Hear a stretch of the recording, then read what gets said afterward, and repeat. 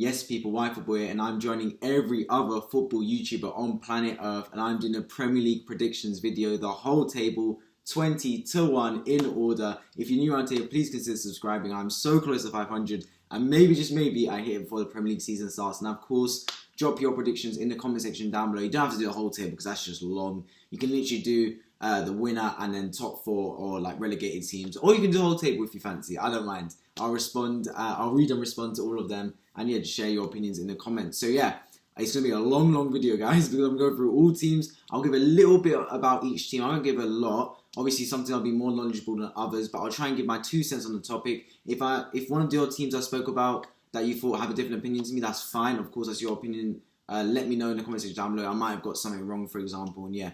So let's start with 20th. In 20th position, I put Norwich, the Canaries. I'm sorry, I'm putting you to go back down. You just got promoted, but I just can't back you to stay, just for a couple of reasons. First of all, your style of football. I love the way you play football, like passing out and stuff, but I just feel, unless you're very good at it, it's so easy to get exposed in the Premier League. I mean, Arsenal get exposed, and we're meant to be a semi-decent team. We get exposed by Arsenal back, so I can't imagine other teams trying to do it. It's something that you really have to be extremely tight on. I do like Daniel Farker, or how we spell his name. I don't know how you pronounce it, but yeah, I really like the guy. I think give him time. He's a German manager, of course.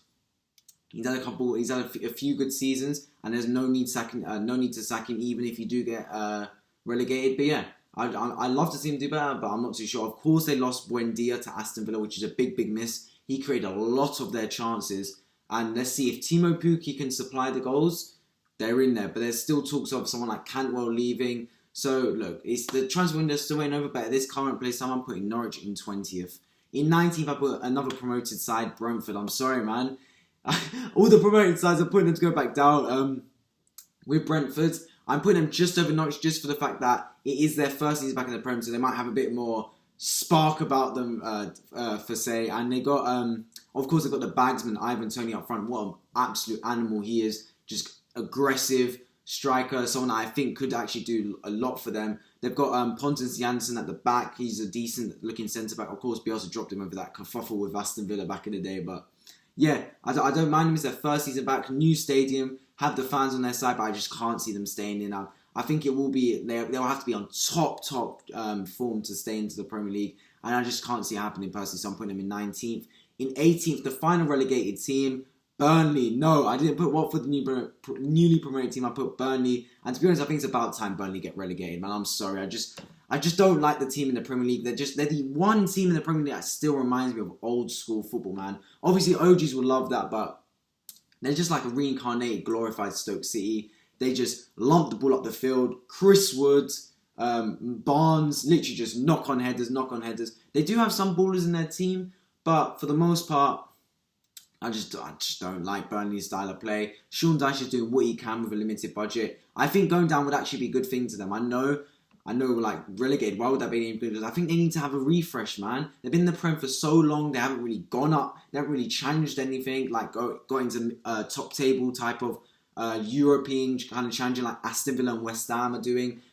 Neither have they been really like relegated. Really, they've just been like in middle of the pack. I feel like they need a refresh, and if relegated means they get a new model, new philosophy, and a refresh of ideas. Hey, who knows? It might be in the long term a best thing for Burnley Football Club. But for now, I'm putting them to get relegated in 18th. 17th, I put the final promoted club, Watford. I'm bagging them to stay up over the other two just for the Premier League experience they have, man. They have an abundance of it. Troy Deeney, experience. Of course, the cycling GK Ben Foster, experience. They've got it running through their whole team. They've got some nice players. What's his face? Andre Gray, I believe it is. Joined them. I rate him. I think he's a decent striker, to be fair. And of course, they got Ismaili Sarr. I think he's an absolutely outstanding talent on the wings. I really think he's a great player that could actually go to a top club come the end of next season. I really see someone picking him up. I could see Everton making a move like they did with Richarlison, or even someone like Liverpool could take him as like a backup to Salah Mane. I really do think he's a great player. So I'm giving them, I just think the quality in their side and the experience combined, them two attributes I believe will be enough for Watford to stay up out of all the teams. In 16th, I put Southampton. I think Southampton's slowly regressing, man. It's sad to see because I do really like Southampton. They're definitely an academy club. Like at one point, all the teams were just using Southampton's academy, man. We obviously took some players from there. Chamberlain, Chambers, of course, back in the day, Walcott. Liverpool obviously were notorious for using all the Southampton players. They scout some gems, to be fair. Not as much in recent times, but obviously Southampton took Van Dijk from Celtic. Obviously they got Mane from the French league. So they do scout some absolute bangers. And yeah, I just feel like they're regressing. Losing Danny Ings will be a massive, massive blow for them because he was literally supplying all their goals. This Che Adams geezer, I don't see him as a bagsman, to be honest. I think he's an alright striker, but there's no way you can rely on him to get all the goals for you. So I'm putting Southampton in 16th. In 15th, I put Brighton. Now, for those of you that pay attention to XG, it's not all of us. Brighton had one of the highest XGs in the league, which basically means they were unlucky. They created loads of chances, but their strikers just could not finish them, which basically means that they lack clinicality. They need to sign a striker. For now, they haven't. Maupay, obviously, he's a decent-looking striker. Obviously, Ty's got beef and all that, but if they sign someone like Eddie Nketiah from Arsenal, I could see him bang at Brighton, like get 10, 15 goals maybe, because that's all they're lacking. They have the chance, they just don't have the final finishing product. In terms of like their system, Graham Potter, to be honest, I know he's like bland, Graham Potter, like people like comparing to Tony Pulis and stuff, but he's a decent manager. I don't see any problems with him. His style it's not anything like that's going to blow you away. It's not like Guardiola or Klopp where it's like a fireworks type thing, an extravaganza.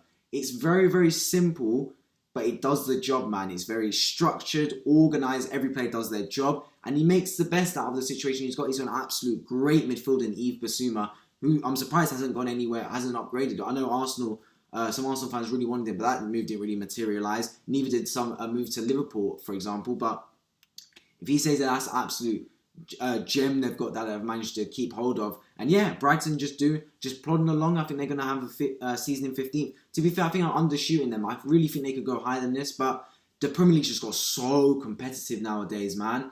Honestly, I was struggling. Like when I got past 14th, I was like, wow, these next 13 teams, they all could go anywhere, man.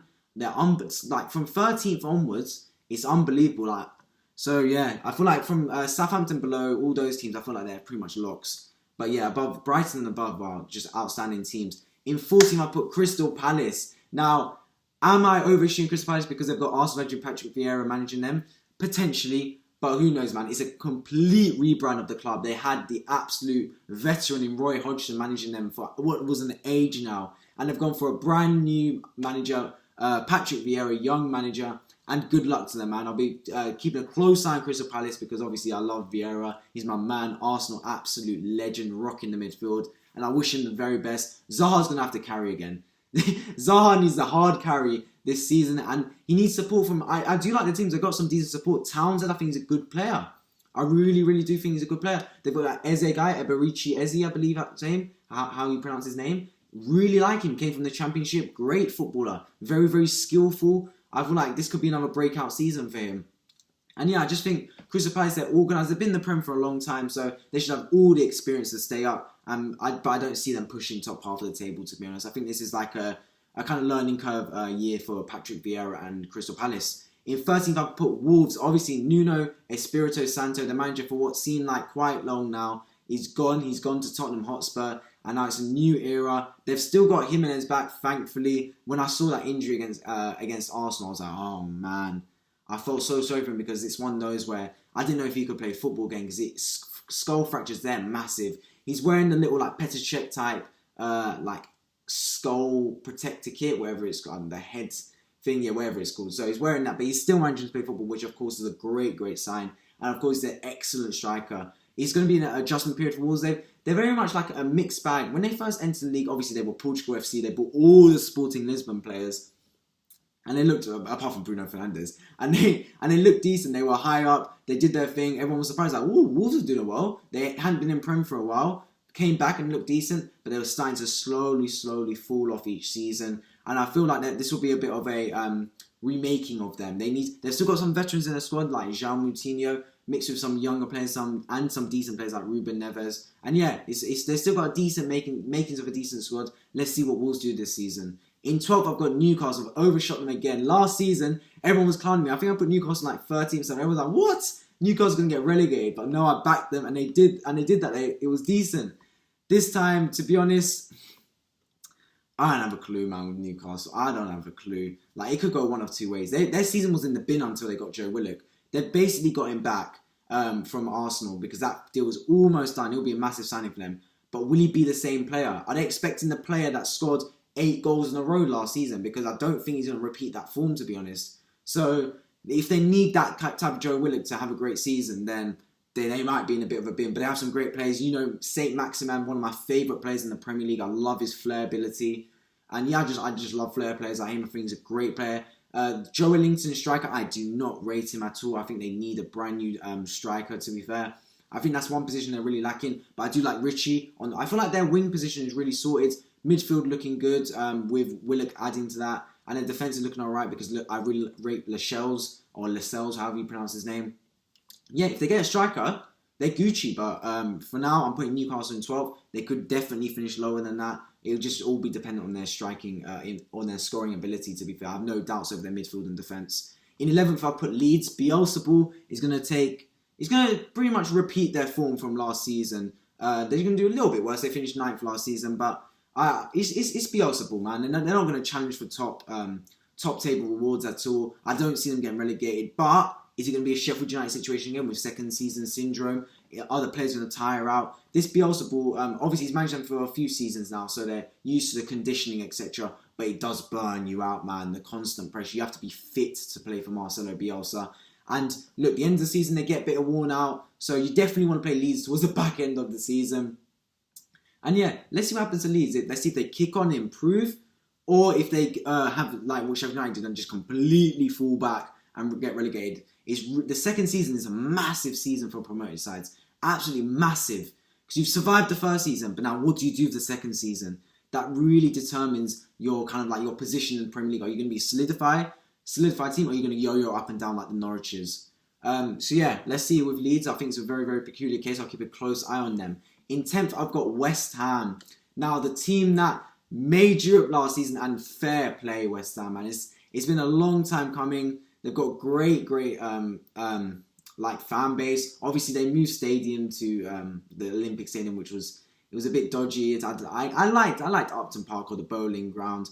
Their fan base for the whole is great. Obviously, they've got a bit of yobs, but no problem with West Ham. I love their team. Mikel Antonio, rate the guy, is an absolute beast. They've kind of played the new adaptation of football. They've got the Kufal and Souček shithouses in their team to try and bully everyone, like the B-Tech Marouane Fellaini's and stuff. And yeah, I think West Ham won't do as good. I think teams have sussed them out, to be fair. I don't think they're going to finish anywhere near Europa League, to be honest. I think 10th is about where they're going to finish. Jesse Lingard carried towards the end of the season. They won't have him back. But yeah, David Moyes, a great manager. Obviously, didn't do amazing at Man United, but not everyone's going to do amazing at Man United. They're one of the biggest clubs in world football.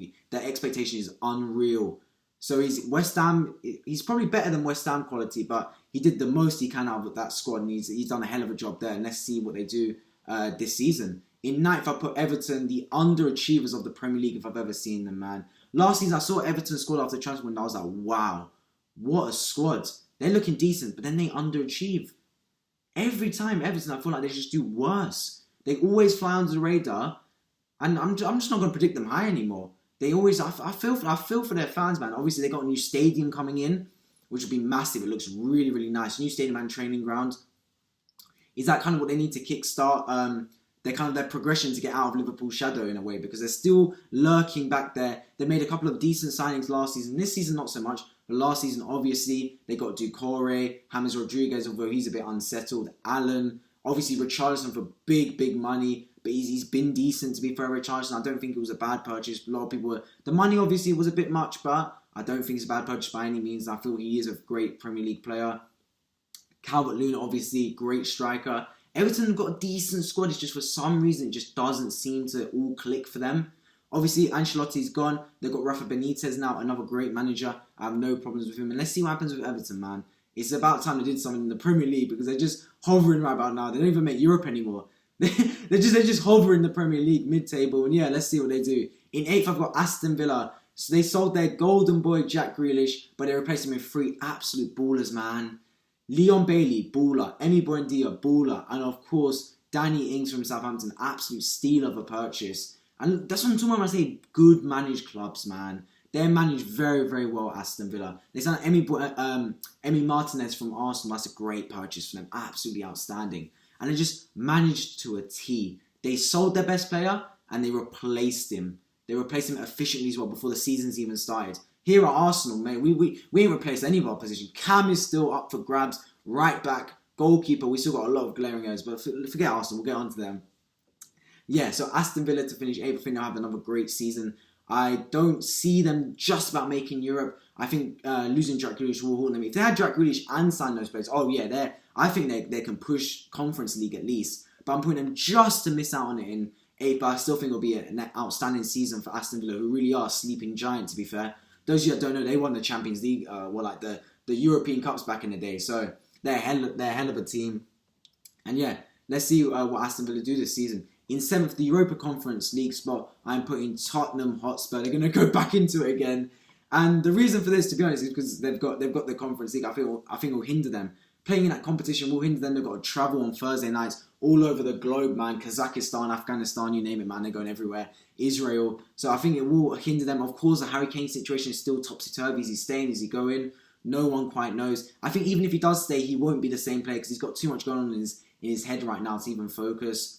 Of course, they signed Christian Romero. He's looking like a great centre-back. I peeped his stats, and his stats look decent, man. He's looking like one of the best centre-backs in Syria. So for them, obviously I don't hope it because I'm an Arsenal fan, but for them, let's hope they can transfer that into the Premier League. Son's absolute baller. Re-signed the contract there. They were so fortunate to keep him because he's honestly one of the best players in the Premier League, man. Electric striker. Absolutely electric. They're linked to Lautaro Martinez. I don't think they'll come over the line if they keep Kane. They're saying all this, they want to pair them together, but I don't see it personally. I still think they need a new right back because Doherty and Aurier just don't really work together. And I still think they do need another centre-back because they need to sell Davinson Sanchez. I don't rate him. They lost Alderweireld and Vertonghen the season before and Alderweireld this season. They need someone next to Christian Romero because Dyer is not a centre-back for me. Left-back, I have no problems with Ben Davies and Reguilon for them. They're two great left-backs, sorry. And then I think they need a playmaker as well, to be fair, because let's see what Nuno does. He's a defensive counter-attacking manager. Let's see how he does in a bigger club like Spurs because it's a step up from Wolves. Let's see if he plays someone like Dele Alli because last few managers have fallen out with him. So is it a Dele Alli problem? Is it a manager problem? I guess we'll see. If Nuno doesn't rate him either, I think Dele Alli's just... It's a shame for him because when he burst into the scene from MK Dons, he looked like one of the best young English talents and he just hasn't materialised, to be fair. But look, there's still plenty of time in his career and maybe it's going to be a resurgent season for him. In 6th place, it's my boys, Arsenal, the Gooners. Now, last season I put us in 4th. I am not making that mistake again. I'm putting us in 6th. And the only reason I'm putting us 6th and not 7th is because we don't have any Europe. And the fact we don't have Europe means we can focus on the Premier League. But honestly, I can make a whole 55-minute video on Arsenal alone. I will do a preview on Arsenal's season in another video. So I'm going to keep it very, very short. Let me know if you're excited for that video. But with Arsenal, right, we always have a patch where we just underperform around the Christmas time. I'm just hoping that doesn't happen because the consistency is always what haunts us. On any given day, we can perform and we can beat any team, man. We beat Chelsea 3-1 last season. We beat Man United 1-0 at Old Trafford. We can perform on any given day. It's just that day just does not happen enough. It's far and few between. We definitely need a Cam. We can't have all the playmaking stress on Emil Smith Rowe because if he goes down, we are done out here. We have no attacking, playmaking talents. We definitely need a new right back because Bellerin is not the one. Ballerino. Bro, he needs to go, man. Chambers, I don't trust him enough to start at right back. I think he's a good option. We need a backup goalkeeper because if Leno goes down, we are done because we have Arthur Okonkwo and Alex Renarson to compete, which are two, let's be honest, 4th or 3rd choice keepers, and that's a stretch. So we definitely need a backup. And yeah, a Boomerang Aubameyang, he needs to get firing because he is he's just stinking up the whole gaff. He cannot score a goal for his life.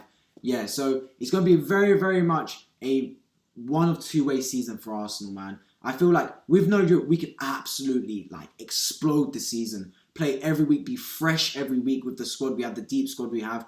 Or we could absolutely stink like every other season. It's a make-or-break season for Arsenal and, of course, Mikel Arteta. In 5th place, I'll put Leicester City, yes. The Foxes, I'm putting them to finish 5th. Again, just miss out on Champions League. I don't think they'll compete as much as they did last season. Leicester, a great run club, man. Great run club. Of course, if they do lose Maddison to Arsenal, that will hinder them. That might mean Arsenal overtake Leicester. But they'll replace it, man. They've got some great players. Their team, they actually have individual players that are very good, but they get kind of under the radar because their whole system is great. Soyuncu, great centre-back. Absolutely great centre-back. Ndidi, great CDM. Tielemans, outstanding centre-mid. Vardy, of course, a great striker. They've got Barnes on the wings who goes under the radar. Brighton's a good backup. What's the geezer's face? Ian Nacho, he's a good backup striker. They've got decent players throughout their squad. And when they sell players, they sell them for big money. They've got 80 for Maguire. They've got 50 for Chilwell. Could get 60 for Maddison. They can reinvest that money wisely. And I just see Leicester's a great team. They've got an outstanding manager in Brendan Rodgers. I have lots of time for him. I think he's a great manager. He was unlucky at Liverpool not to win the league. Obviously, that whole season with Suarez and everything. And then he got sacked, remade his career back in Celtic. And now he's gone on to Leicester and done great things there. And yeah, Leicester 5th, I can easily see it happening. Now breaking into the top 4, the elite Champions League spots. In 4th place, I put Manchester United. Yes, I put them to finish from 2nd to 4th. And to be honest, I think United fluked 2nd place last season. Whenever I watch Man United play, they never look convincing. I always feel like they scrape wins. I don't know whether that's just me. I'm trying not to be biased here. Like, I'm an Arsenal fan, but I'm saying as is. I feel like they scrape wins. Obviously, they made a splash in the transfer window. Varane, Sancho, 2 outstanding signings. They've still probably got more signings lined up as well. Varane obviously is a big one. Sancho I'm less sold. I think he's a great player, but I think he's a bit overhyped. But Varane, great signing in his prime. £45 million, basically paid the same as Ben White. So, outstanding for them. I'll tie up the defence next to Harry Maguire. I still have doubts over Ole Gunnar Solskjaer. I know how much more can he do to please football fans. Just a seed of doubt in my mind over the man. Something doesn't convince me about him. I don't know what it is. It's just something about him just doesn't convince me. I think United overall have a good squad. Do I think they have an outstanding squad? No, they can't compete with Chelsea, Man City for sure. And maybe with Liverpool, I think it's toss and turn. But yeah, Man's United in 4th. I don't think they can really complain with that. They finished 2nd last season. They fluked it. If they're going to focus on the Champions League, and they finished 4th in the Premier League, I don't think they can complain right now because there's no way they're competing with the Chelsea and Man City for sure. In 3rd place, I've got Liverpool, obviously finishing the same as they did last season. They're going to have Van Dijk back. Let's see how he is, if he's the same player, because we know it's Van Dijk. We know he's an absolute amazing. He's a king amongst men in terms of centre-backs. He's absolutely brilliant. But those injuries he had, was it an ACL injury, I believe, anterior cruciate ligament? Those are serious, man. Players do not come back the same after those. Some players, they're just a different player after that injury. And look, let's see. If he's anywhere near as he was before, Liverpool could easily challenge because their squad is unbelievable. Of course, they got lucky with injuries the season they won the league. Then they got really unlucky with injuries last season and still managed to finish 3rd. If Liverpool got all their players, I think they could easily challenge. I'm just putting them off the pace because I think their midfield is weak. They lost Wijnaldum and they didn't really replace him. Konate is a good signing next to Van Dijk, but I still do think they need some more depth in terms of I think they need another striker, an alternative to Firmino, a proper pacey striker. Someone like Lautaro Martinez, I could see bang at Liverpool to be fair. Or go for someone like Mbappe and Haaland, man. You're Liverpool, go for one of those players. You're good enough. But yeah, Liverpool to finish in 3rd, to be fair. I don't think it's a bad position for them. I don't think their fans can hate if they don't necessarily win the league, but let's just see what it is. I think it'll be tight. It'll be a 3-horse race between those 3 teams, I believe. The 2 teams I'm going to say ahead of Liverpool. So now, 1st and 2nd. I'm going to start with 2nd, of course, between Manchester City and Chelsea. Controversially, 2nd place I'm putting Manchester City. Yes, I'm not putting them to win the league. Pep Guardiola, I'm putting to finish 2nd. And why? I don't know, to be honest. I don't know why I ain't put them to finish 1st. I just don't think they can repeat it. They signed Jack Grealish, outstanding signing. But where are they going to fit all their players? They lost Aguero, and at this moment of time, when I'm recording this video, they have not signed a backup striker or a striker in any. So is he going to play false 9 the whole season and play Gabriel Jesus, who I think is overrated? Because there's no other striker at this football club. Aguero's gone. So for me, that is a massive worry in Man City's behalf. Obviously, the players good enough, man. They can absolutely pass out the park. They can pass anyone out the park, man. They could literally pass through flipping the great, like a line of Roman soldiers. They could get the ball between them. That's how nice they are on the football. They're silky. They're great. Guardiola football. You know how it's going to be. Obviously, when the oil money runs out, it's going to be peak for them. But they can pass out. They've got Grealish, an outstanding ball carrier. But yeah, let's see. If they sign Harry Kane, yeah, I'll put them to finish 1st. But when I'm recording this video at this time, they have not signed a striker. So I'm putting them to finish 2nd. And in 1st place, Chelsea, yes, they're going to win the league with Tuchel after winning the Champions League last season in my predictions. They've signed Romelu Lukaku, and that was the one for me. I put Chelsea finish second. As soon as I saw Lukaku's gone to Chelsea, I put him to just finish above them, man. He's just a bagsman striker. I don't understand actually the sign of Lukaku. For the money Chelsea have got, for me, I would have at least gone for someone like Kane or Haaland. I just don't see Lukaku comparing them. Lukaku's an outstanding striker, don't get me wrong, but Kane and Haaland are levels above Lukaku. But they went for Lukaku. Let's see how they do. I honestly believe they were a striker away from at least challenging for the title last season. As soon as Tuchel came in, they were a different kettle of fish, man. Different kettle of fish. He's got them organised, playing football. I don't see many weak spots. They do need another centre-back. If they do get that Jules Koundé guy from Sevilla, that'd be a great signing.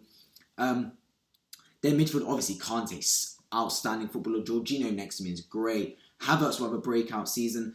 Werner might even have a breakout season. Who knows, man? Second season, he might come good. They've got Pulisic on the wings as well. It's just the Chelsea team just looks nice throughout, man. Silky football team. And yeah, I'll put them to finish first. So that was my complete Premier League predictions. This video is basically half an hour long. It is that long going through all the teams. Let me know if you stay till the end. Big ratings. Let me know if you stay till the end. I'll absolutely rate you, man. And let me know your predictions, of course, and subscribe if you're new around here. I've been White Football, and I'll see you guys in the next video.